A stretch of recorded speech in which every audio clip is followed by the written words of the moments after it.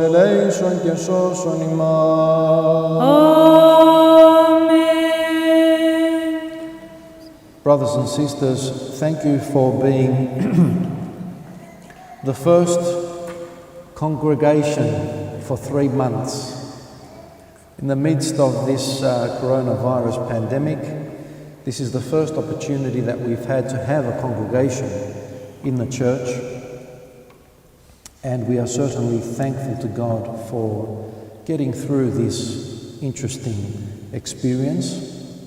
Looking back at history, I would say that this was not as bad as other plagues and pestilences in the past. We are thankful, obviously, that this illness, this sickness, didn't affect children, for example, as much as other diseases would in the past.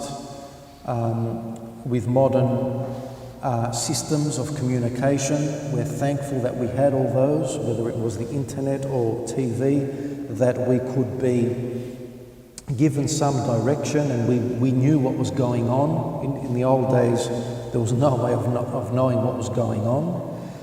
This time we had information, we had communication, and we're thankful for this.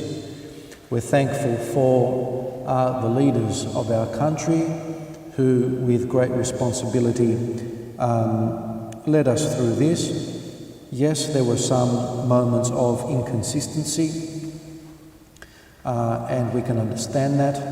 I was quite concerned that we were allowing a protest to go ahead. I think it was today. I'm not sure what the result was yesterday with the Supreme Court.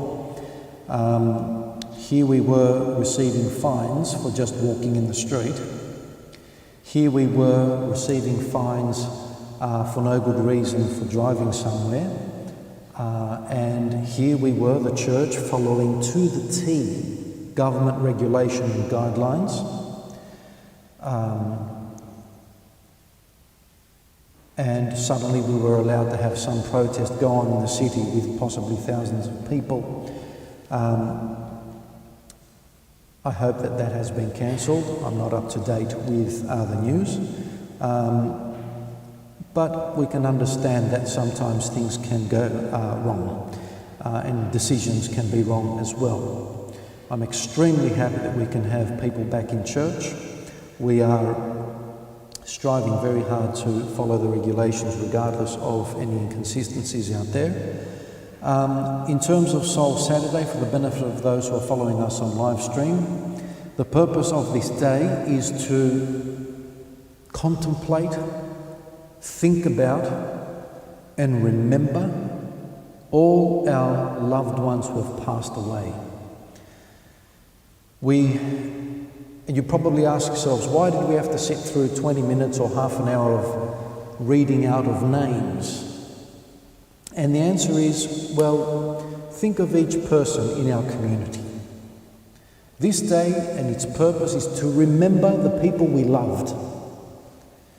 If it was just one person we remembered, it would be just one name, but we are taking stock on this day, Soul Saturday, the day before Pentecost, and about 50 days before Easter is another Soul Saturday, Psycho Sabbato, where we take stock and we sit down and we remember as far back as we can remember. It's easy to forget.